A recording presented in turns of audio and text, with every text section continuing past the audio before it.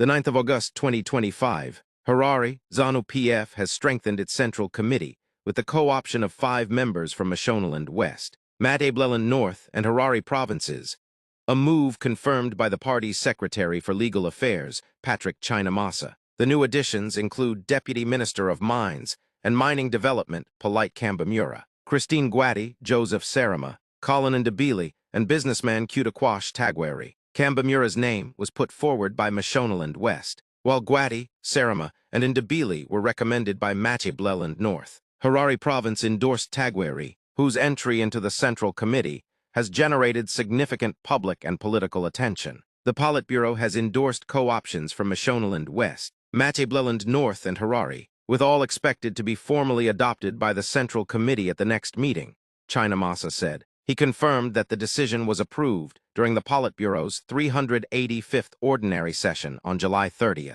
2025, following earlier deliberations. Harare Provincial Coordinating Committee had met on March 31, 2025, and voted to recommend Tagwari's co-option. The National Political Commissar, Munyaradzi Machacha, then tabled the recommendation at the 384th Ordinary Session of the Politburo on July 2, where it was approved pending Central Committee adoption. Like, share, and subscribe to Zim News, live YTS for the latest political developments.